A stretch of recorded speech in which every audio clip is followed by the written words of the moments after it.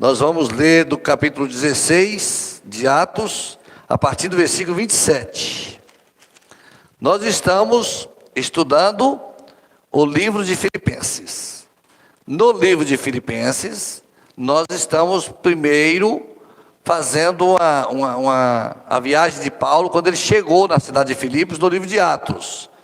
Hoje é a última aula desse período inicial da viagem de Paulo até Filipenses.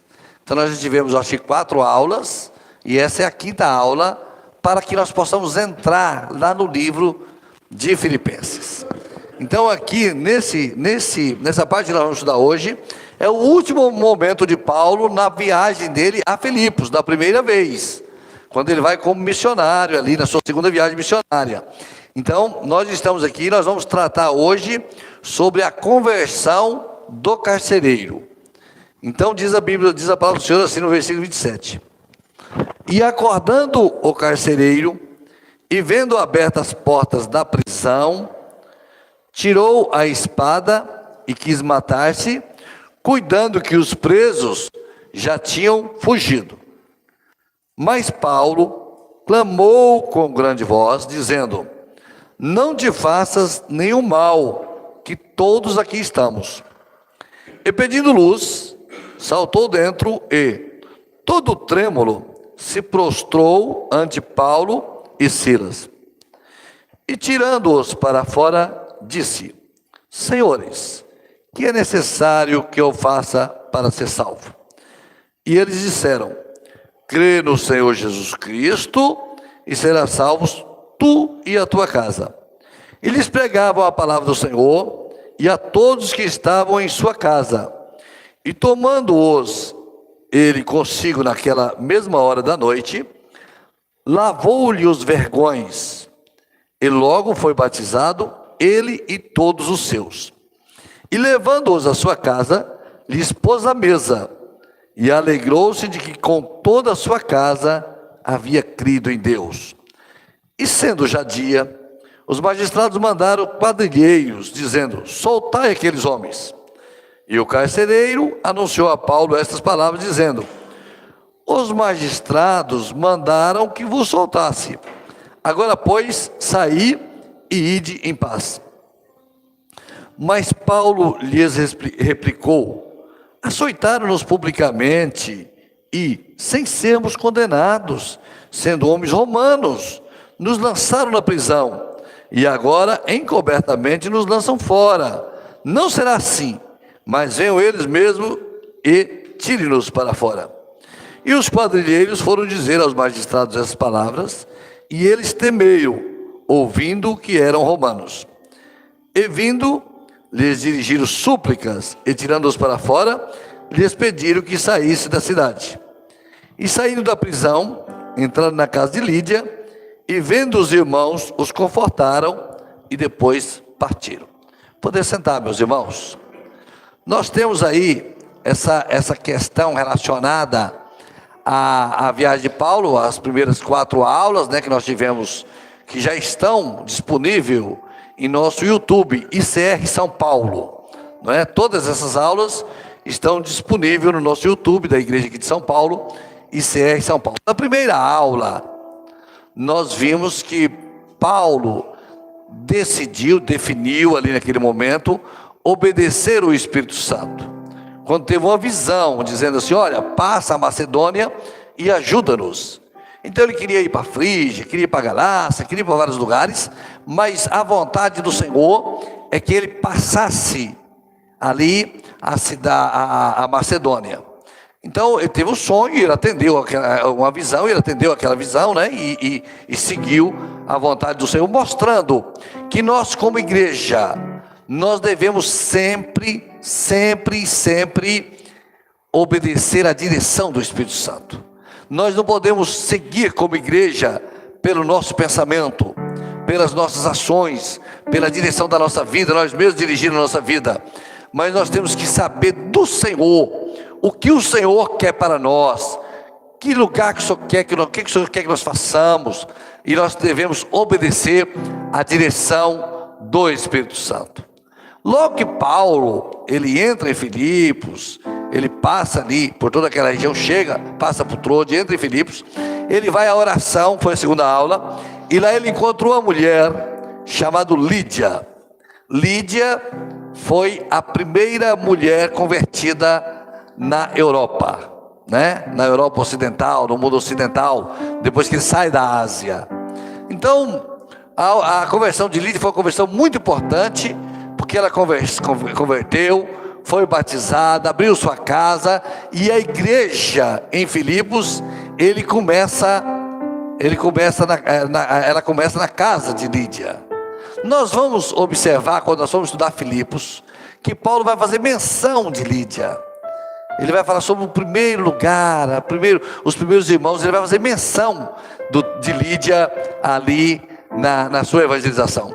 Mas logo depois que Paulo recebe essa bênção muito grande ali na segunda aula, nós entramos na terceira aula, e na terceira aula Paulo enfrentou um problema, não foi? Os homens estavam ali, aí teve aquela mulher, aquela jovem que era adivinhadora, não é? Acabou com o lucro das pessoas, a situação de Paulo começou a ficar difícil naquela viagem, né? Isso mostra o seguinte: na nossa jornada como igreja, nós enfrentaremos dificuldades, nós enfrentaremos problemas, nós enfrentaremos oposição, nós enfrentaremos lutas, se levantarão oposição contra nós, não é? Mas Paulo, ele, pela autoridade do Senhor, repreendeu ali aquele espírito de adivinhação. A jovem foi liberta e Paulo foi preso, né? A moça foi liberta e Paulo foi preso. Então, na quarta aula, nós estudamos sobre como que isso se deu, né? Como se deu a prisão de Paulo, como que os magistrados agiram, como que a multidão agiu. E nós fizemos uma reflexão sobre o nosso tempo, né? Sobre a nossa sociedade, sobre o nosso tempo, como que está impactado as leis, a justiça, não é? Como que quando os magistrados erram, quando eles ouvem a voz da multidão, não é? E como que a multidão também foi manobrada, porque não era verdade, né? Nós tivemos esta aula. E aqui nós estamos entrando na quinta aula, que fala de Paulo entrando agora no último momento dele em Filipos. Ele vai deixar Filipos aqui no final e vai para Tessalônica, para outra cidade, que é perto de Filipos. Se você olhar no mapa, é perto de Filipos, Tessalônica. Então ele vai para Tessalônica e lá vai continuar o evangelho, o trabalho da viagem dele, de Paulo ali. Então aqui termina essa viagem de Paulo, no primeiro momento dele em Filipos, termina com a conversão de um homem. E a Bíblia, ela fala sobre, ela demanda um grande tempo falando da conversão desse homem. Ela diz como que esse homem foi convertido, de que forma que esse homem foi alcançado, como que Deus agiu para que esse homem fosse alcançado diante do Senhor. E é isso que nós vamos estudar nessa manhã. É isso que nós vamos estudar agora, nesse momento importante da vida de Paulo. Nós precisamos observar nessa palavra três coisas fundamentais. A primeira coisa que nós precisamos observar e entender é que horário que essas coisas aconteceram. Então nós vamos ver que eu estou aqui me achando, você está percebendo, né? Que sumiu o versículo, estou procurando ele aqui. Nós observamos que Paulo foi preso à meia-noite, né? No versículo 25. Então, no capítulo 16, versículo 25, perto da meia-noite, se tiver aí o computador aí para a gente mudar, aí. Perto da meia-noite, Paulo e Silas. Então, Paulo e Silas foram presos, tomaram uma surra muito grande, foram açoitados, não é? As prisões daquela época não eram prisões muito agradáveis, até hoje não é, não é? Se hoje é assim, imagina como é que era naquela época. Colocaram os pés do tronco, travaram eles com os pés do tronco, ou se ele tomou uma surra muito grande, perto da meia-noite estava orando e cantando louvores. Quando nós vamos pegar aqui, quando nós vamos vendo o olhar do dia, nós vamos ver que de madrugada ele vai à casa do carcereiro, não é? Leva a casa do carcereiro, e no versículo 35 falou assim: e sendo já dia, os magistrados mandaram os quadrilheiros dizendo: soltar esses homens. Então, tudo isso vai acontecer de meia-noite ao amanhecer. Então aquela madrugada aquela madrugada, ela vai estar uma madrugada envolvida em todo esse acontecimento que nós estamos lendo. Então, o período é esse. Qual é o objetivo desse texto? O objetivo desse texto é a salvação de um homem. O Senhor vai registrar a salvação de um homem e não vai dar a esse homem um nome. Vai sempre chamá-lo de carcereiro. Vai sempre chamá-lo de carcereiro. E nós vamos ver que naquela madrugada as coisas se desenvolveram de forma gloriosa pela ação do Senhor. Porque houve um terremoto, não é? Houve um terremoto, e aí que nós começamos a leitura. E acordando o carcereiro, se nós lermos o versículo 26, para nós termos um contexto melhor, nós vamos ver assim: de repente sobreveio um tão grande terremoto, que os alicerces do cárcere se moveram, e logo se abriram todas as portas, e foram soltas as prisões de todos. Então teve o terremoto, e aí no versículo 27, e acordando o carcereiro, no meio daquela confusão, daquele terremoto, o carcereiro acordou, não é? E ele, vendo abertas as portas da prisão, tirou a espada e quis matar-se, cuidando que os presos já tinham fugido. Mas Paulo clamou com grande voz, dizendo: não te faça nenhum mal. E aqui vai o primeiro ensino para nós nessa manhã. Paulo falou assim: não te faça nenhum mal, porque todos estamos aqui. E aí nós vamos parar um pouquinho aqui para meditarmos juntos na palavra do Senhor e aprendermos sobre isso. Veja bem, Paulo, ele tinha um compromisso interior dele, que todo crente precisa ter, que é integridade. Outra coisa, Paulo se preocupava com as outras pessoas, mesmo que a outra pessoa fosse o carcereiro, que deve ter ajudado lá no açoite. Então eu pergunto a você: se fosse você tivesse tomado uma surra enorme, você tivesse apanhado muito, você estivesse preso, e daí a pouco deu um terremoto, abriu as prisões de todo mundo, e você falasse assim, aquelas portas abertas, aquela possibilidade de você ir embora, você dizer assim: se eu for embora, o carcereiro vai morrer. Se eu for embora, o carcereiro morre. O que eu faço? E você tomar uma atitude de ficar, você tomar uma atitude contra você, olhando para o outro, olhando para as pessoas. Eu vou dizer uma coisa para os irmãos: todas as nossas atitudes interferem na vida dos outros. Tudo que nós fazemos interfere na vida dos outros. Tudo que nós falamos, todas as nossas ações, todas as nossas atitudes interferem na vida dos outros. Nós devemos pensar, como igreja, como servo, com uma integridade da parte do Senhor na nossa vida, se a minha atitude ela está prejudicando outra pessoa. Se o meu falar, se o meu agir, se o meu caminhar, se os meus negócios, se a minha maneira de falar, tudo eu tenho que pensar se não está prejudicando o próximo. Então Paulo, ele olha para a situação, ele poderia ir embora, ele poderia fugir, ele poderia se livrar da cadeia, já tinha apanhado, mas o que aconteceu? Ele falou assim: não te faças nenhum mal, porque todos estamos aqui. Ele tomou a decisão de ficar, ainda que as portas estivessem abertas, ainda que o cárcere tivesse caído, ainda que o tronco tivesse aberto, ele tomou a decisão de ficar, porque ele olhou o outro, ele teve um olhar para o outro, ele teve a dinâmica de olhar para a vida do outro. Nós precisamos disso na nossa vida, como igreja, como povo de Deus, como servo do Senhor. Como a minha atitude, ela vai impactar a vida da outra pessoa. De que forma eu devo agir? Porque a nossa ação, ela vai dizer qual o nosso grau de intimidade com Deus, qual o nosso grau de conhecimento de Deus. Quanto mais nós agimos para nos livrar, para nós agimos mal, porque nós dizemos que Deus não pode agir. Mas numa adversidade na sua vida, você deve parar, falar: Senhor, age aqui, não te faça nenhum mal, porque todos estamos aqui. É tipo assim, nós não fugimos, nós não podemos fugir na hora da adversidade, nós não podemos fugir na hora do problema, Nós não fugimos, nós estamos aqui. Então, é o primeiro ensino de Paulo. Aí ele fala assim: não te faça nenhum mal, que todos estamos aqui. E o que aconteceu com o carcereiro, então, diante dessa atitude de Paulo? Se Paulo tivesse fugido, nós não estaríamos lendo aqui, porque ele não teria encontrado o carcereiro. Mas diante dessa atitude de Paulo, às vezes nós enfrentamos um problema, mas Deus quer nos dar uma bênção naquele problema. Deus quer nos dar uma bênção naquela dificuldade. Deus quer que nós sejamos vitoriosos, tenhamos uma experiência com o Senhor. Às vezes numa situação desagradável, Deus, Ele quer agir.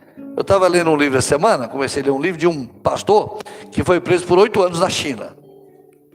Aí, no livro ele dizia o seguinte, ele falou assim: eu não peço ao Senhor nem para adiantar a minha saída, nem para atrasar. Eu peço para Ele me tirar daqui no tempo certo que Ele quiser.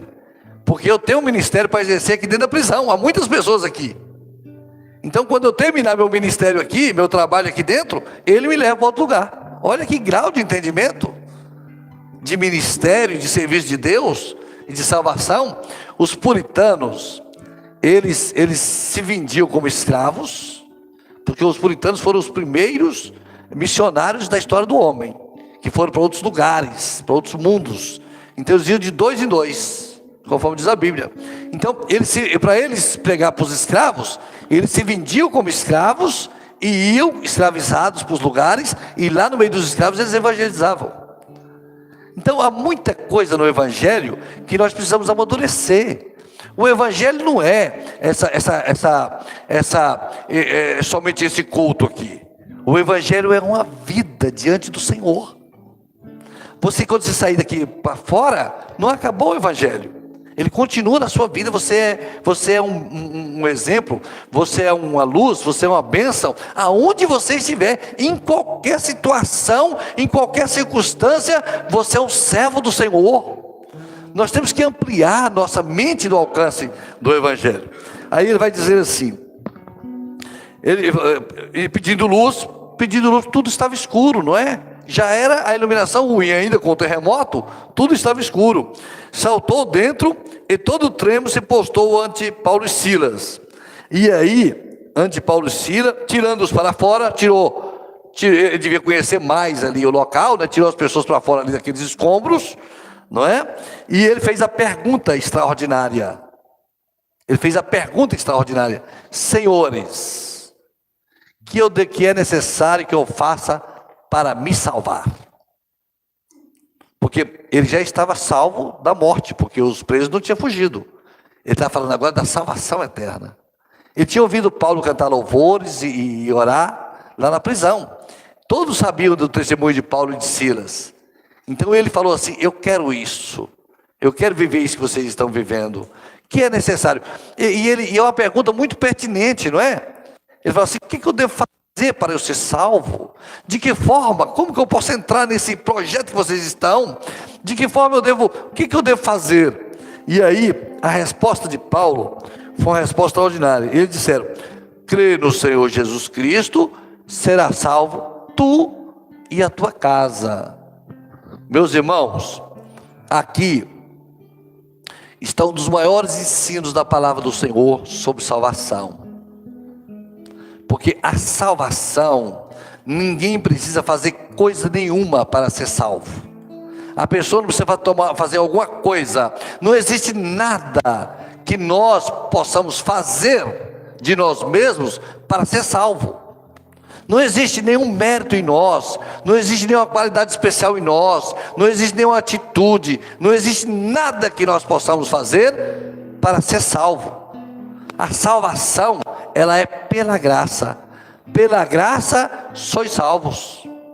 Não é? Não vem de nós, não é das obras, é pela fé, mediante a fé. Então a salvação, essa coisa mais gloriosa que você tem na sua vida, que é a salvação, você não precisou fazer nada por isso, porque quem pagou o preço pela sua salvação foi Jesus Cristo na cruz do Calvário, quando Ele derramou o sangue precioso dele para comprar as nossas vidas. Então a salvação é pela graça. Não existe alguma coisa que o carcereiro pudesse fazer, não existe algum lugar que ele pudesse ir, não existe nada que ele precisasse pagar para ele ser salvo. No meio daquela situação, ele falou assim: o que eu tenho que fazer? Ele falou: nada. Você não tem que fazer nada, você só precisa crer.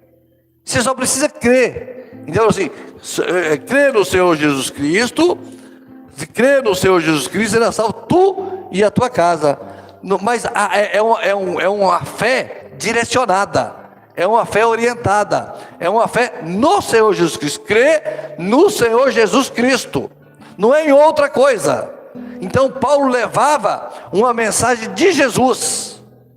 E a salvação, aquela gloriosa salvação que o carcereiro precisava, ela era uma salvação gratuita para ele, mas alto preço pago pelo Senhor Jesus. A salvação é pela graça sois salvos. Então você não precisa fazer nada. E essa bênção, ela vai ser estendida, vai ser salvo você e ela vem para a sua casa, você e a sua casa. E tomando eles consigo naquela mesma hora da noite, lavou-lhe os vergões, e logo foi batizado ele e todos os seus. O ato aqui de lavar os vergões indica o ato de arrependimento. Então Paulo tinha sido açoitado, os vergões quer dizer que as costas ficaram marcadas.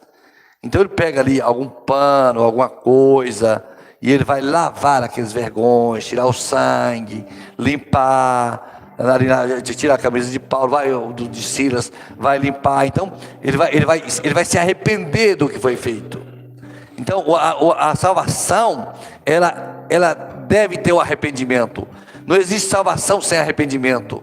Você deve se arrepender daquilo que você fez, da pessoa que você era, das atitudes que você tomou. Ele vai lá e lava os vergões. É o ato de arrependimento. Então veja que o Senhor, na salvação do carcereiro, o Senhor está mostrando uma doutrina de salvação. Na salvação do carcereiro, o Senhor está mostrando uma doutrina da salvação.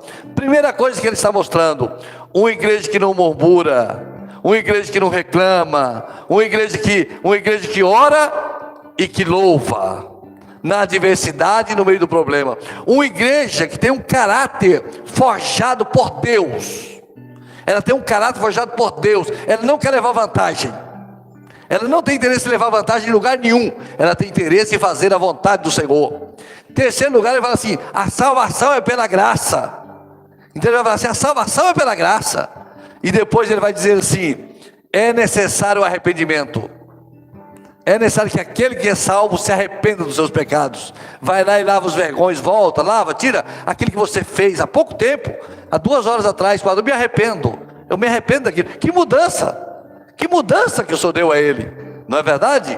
Ali atrás ele estava sendo açoitado, agora ele estava sendo cuidado. Olha que mudança maravilhosa. Então ele vai lavar os vergões, e aí agora a bênção do Senhor, ela é estendida. Ele lavou-lhe os vergões e logo foi batizado ele e todos os seus. E levando-os à sua casa, lhe expôs a mesa e alegrou com toda a sua casa, como toda a sua casa havia crido em Deus.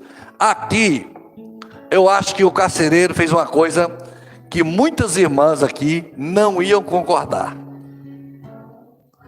Imagina aqui Valdete, o Hamilton chega na casa de Valdete de madrugada, 2 horas da manhã, falou: eu acabei de pregar o evangelho pro pessoal do metrô, 3 se converteram, nós viemos jantar aqui agora. Não é verdade? Se é Milka, não é verdade? Eu ia ficar uns 4 dias sem comer nada depois, né? Falou: você vai para a rua, somos daqui, que você trouxe esse pessoal aqui de madrugada, quem é que vai querer gente para jantar de madrugada em casa, né? Hein? Ainda mais o carcereiro, porque o carcereiro você pensa que lá na cadeia só tem gente ruim, não é? Ele falou: trouxe os colegas meus da prisão para jantar aqui, não é verdade? Então eu creio que o carcereiro aqui, ele fez uma coisa que as irmãs aqui não iam aprovar, que é quando você chega no almoço, na hora do almoço, meio-dia, com 2 pessoas em casa. Eu fazia muito isso, né? Porque eu tinha um supermercado e eu morava no fundo do supermercado, e os viajantes vinham de todos os lugares para vender as coisas do supermercado, e eles chegavam lá e era hora de almoço, né? Aí eu falava assim: vamos almoçar em casa. Aí eu chegava lá com 4, 5 viajantes, né? A minha já sabia disso, para não passar aperto, ela já deixava sempre sobrava um monte de coisa em casa. Falou, eu fiz comida para as 10 pessoas, que eu não sei quem você vai trazer. Então, ela não, né? A moça que estava em casa, né? Aí, eu creio que Paulo aqui foi assim de uma fé muito grande, né? Falou, agora lavou os vergões, eu estou alegre, que eu estou salvo, eu estou feliz com Jesus, vamos em casa jantar. Aí levou, né? Paulo e Silas, devia estar com fome, não é? Falou assim, ó, bota água no feijão aí que o negócio aqui está feio.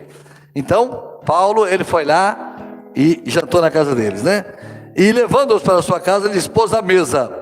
E alegrou-se com toda a sua casa, como toda a sua casa havia crido em Deus. Meus irmãos, mas aqui também tem uma outra visão aqui, no sentido seguinte, quando você se converte, você abre a sua casa. Quando você se converte, você quer a igreja na sua casa. Você quer oração na sua casa. Você quer que a sua casa seja extensão da sua igreja. Você quer que os irmãos possam estar juntos. Eu quando me converti, gente, foi preciso uma vez o pastor falar assim, irmão Samuel, a igreja é diferente, tá? Não precisa os irmãos ir lá para casa do irmão todo dia. Não é? Deixa, porque tá demais isso aí. Aí precisou dar uma controlada, não foi?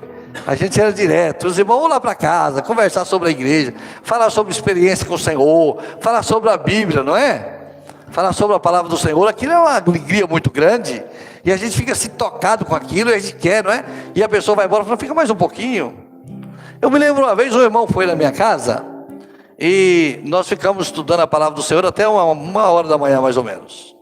Aí ele foi para a casa dele, eu lembro até o texto, foi o nascimento de Jesus. Ele foi para a casa dele, eu fiquei na minha. Eu fiquei a noite toda pensando no texto, não consegui dormir. Quando ele era gerente de banco, eu fui lá no banco, cheguei lá e encontrei com ele. Ele falou, rapaz, não dormi nada essa noite. Fiquei pensando no texto, falei, eu também, por que você não ficou logo acordado lá em casa, né? Passamos a noite toda, nós dois, um num lugar e outro no outro, pensando no nascimento de Jesus. O texto era assim, ora, o nascimento de Jesus Cristo foi assim, estando Maria, a gente pensando, né, como que agiu José, como que agiu Maria, não conseguia dormir. Amanheceu o dia os dois, cada um num lugar diferente, podia ter ficado logo em casa, né? Mas aí, dava até fazer uma comidinha de madrugada, que já ia combinar com o texto aqui, mas aí a Milka podia não achar bom, né? Então, esse processo todo na salvação de Paulo. Então, o carcereiro, sendo já o dia, aí amanheceu o dia no versículo 35. Os magistrados mandaram os quadrilheiros falar, solta esses homens. Falou, solta eles, não tem problema nenhum, pode soltar. Mas aí Paulo era enjoado, né? Falou, não senhor, soltar como? Quero conversar, não é? Se fosse um de nós, falava, pega suas coisas rapidinho aí, já dá liberar a gente, não é? Não vamos conversar mais nada não. Mas Paulo não era assim. Falou assim, ó, então ele vai dizer por que ele não queria ir embora. Ele não queria ir embora, que ele teve várias decisões ali que foram ilegais. Ele foi preso, açoitado, julgado, condenado de forma irregular. Então tudo isso aquilo aconteceu, o julgamento dele, o açoite, ele era cidadão romano, nada daquilo podia acontecer. Então os magistrados cometeram uma falha, e aqui tem um grande aprendizado para nós. Nós convertemos, mas quando nós nos convertemos, nós não jogamos fora os nossos direitos, não. Nós não jogamos fora os nossos direitos. Nós não perdemos nossos direitos quando nós nos convertemos. Nós continuamos sendo cidadãos. Nós podemos dar opinião, nós podemos interferir, nós pagamos impostos, nós podemos dizer o que nós entendemos, nós temos voz. Nós não perdemos os nossos direitos. Nós não somos cidadãos de segunda categoria, nós não somos cidadãos que estão distante daquilo que é o arcabouço legal. A lei nos alcança tanto para o mal, tanto para o bem. O mesmo direito que tem uma pessoa de falar alguma coisa, nós também temos. Nós temos o direito de dar opinião, nós temos o direito de pensar, nós temos o direito de ver as leis que estão a nosso favor, exigir os nossos direitos, como Paulo fez aqui. Paulo exigiu os seus direitos. Ele falou, não, vocês não fizeram certo, vocês agiram mal. Entendeu? A igreja do Senhor, ela tem o dever de cumprir a lei, mas ela também tem o direito de usufruir de todos os benefícios da lei. Não é? Porque a igreja do Senhor, ela é uma instituição que cumpre suas responsabilidades. Então ele vai falar, vocês fizeram errado, Vocês me açoitaram, vocês não podiam me açoitar. Vocês me prenderam, vocês não podiam me prender. Então, ele era um cidadão romano, não tinha acusação formal. A acusação foi em base de uma mentira. A acusação foi em base de uma mentira. Isso não pode acontecer. Nós temos que crescer também como cidadãos, como pessoas, como instituição, e avançar nesse sentido, que nós precisamos disso também. É o que Paulo nos ensina. E aqui, nós vamos fazer aqui uma breve revisão. Veja os irmãos que, na questão do carcereiro, o Senhor nos deu uma aula sobre, uma aula de teologia sobre salvação. A salvação é pela graça. A salvação precisa de arrependimento. A salvação não é um ato do homem, não tem mérito do homem. A salvação, os méritos é do Senhor Jesus. Nós temos direitos, que nós devemos usufruir dos nossos direitos, assim como Paulo usufruiu. Quando Paulo sai de Filipos, ele sai, mas ele deixa uma aula doutrinária de salvação, de legalidade, de como devemos agir com o nosso tempo e da forma que nós devemos agir. E ele também diz o seguinte, ele dá uma aula também assim, ó: a vida de um homem para Deus tem muito valor. Então nós devemos também ter esse olhar de evangelização, esse olhar de que Deus quer salvar alguém em algum lugar, e nós estamos prontos para isso. É nosso chamado. Você tem um chamado, eu tenho um chamado, nós temos um compromisso. Olha para a nossa igreja, tudo está pronto. Deus milagrosamente fez tudo para nós. Nós não temos falta de nada, nós temos tudo aqui, rapidamente, de maneira maravilhosa. E agora o que cabe a nós? Cabe a nós o compromisso: ide, pregar o evangelho, fazer discípulo, batize em nome do Pai, do Filho e do Espírito Santo. Não existe, Paulo não estava atrás do magistrado para salvar, Paulo não estava atrás do governador para salvar, era o carcereiro. Não olhe para ninguém com preconceito, com situação nenhuma, com nada. Todas as almas são importantes para Jesus, e nós devemos estar atentos, posicionados, agradáveis, posicionados no Senhor, para que o Senhor possa nos orientar e nos dirigir como povo de Deus. Numa madrugada, enquanto Filipe estava dormindo, Deus estava salvando um homem e uma família, batizando. Foi para a casa deles, batizou, comeu, orou, escreveu o nome deles no livro da vida, o Senhor escreveu, e tudo aconteceu de madrugada. Enquanto o mundo está dormindo, a igreja está trabalhando, a igreja está avançando, a igreja está falando do reino de Deus. Paulo não tinha outro compromisso. Paulo tinha um compromisso só: levar o reino de Deus. O que ele fez? Ele anunciou: crê no Senhor Jesus Cristo. É a mensagem nossa, é a mensagem de Paulo, é a nossa mensagem. Jesus Cristo é a nossa mensagem, é a nossa palavra, é aquilo que o Senhor quer de nós. Cada um de nós fomos chamados para este serviço. Nós estamos entrando no livro de Filipos agora, de Filipenses. Nós vamos começar a próxima aula dentro do livro de Filipenses. E lá dentro do livro de Filipenses nós vamos olhar para essa igreja que Paulo começou. Nós vamos olhar para trás. Nós vamos ver o que Paulo fez aqui. Tudo isso aqui que nós estudamos nessas 5 aulas serão importantíssimos para nós entendermos Filipenses, para nós entendermos o que aconteceu em Filipenses. Quando Epafrodito, que vai ser o pastor de Filipenses na época da carta, quando ele viaja, Paulo que está preso em Roma, em 2 anos preso, e Paulo escreve a carta de Filipenses e manda uma carta para essa igreja que ele começou. Aí nós vamos conhecer agora as dificuldades, as bênçãos, a alegria e tudo que aconteceu naquela igreja. Nós somos uma igreja que também estamos começando nessa cidade, não é? E nós estamos aqui dando os primeiros passos, e nós temos que avançar, fazer a vontade de Deus, cair no nosso coração profundamente. Eu quero fazer toda a vontade de Deus. Hoje nós vamos cear daqui a pouco. A nossa ceia é para dizer o seguinte: Senhor, obrigado. Senhor, te louvamos. Senhor, te agradecemos, porque até aqui nos ajudou o Senhor. Nada te faltou, meu irmão. Nada te faltou, minha irmã. Nada nos faltou como igreja. O Senhor supriu todas as nossas necessidades. E nós queremos, de todo o nosso coração, fazer a vontade do Senhor. ainda que nós passemos lutas, ainda que nós passemos dificuldades, mas que o carcereiro seja salvo, que a irmã seja salva, que o irmão seja salvo, que o Senhor alcance novas pessoas, que a mão de Deus alcance as pessoas onde estiverem, e que nós possamos ver Deus operando na nossa vida, para a glória do Senhor, para o louvor do Senhor, pela misericórdia do Senhor, pelo grande amor do Senhor, porque Deus tem feito uma obra maravilhosa em nossa vida.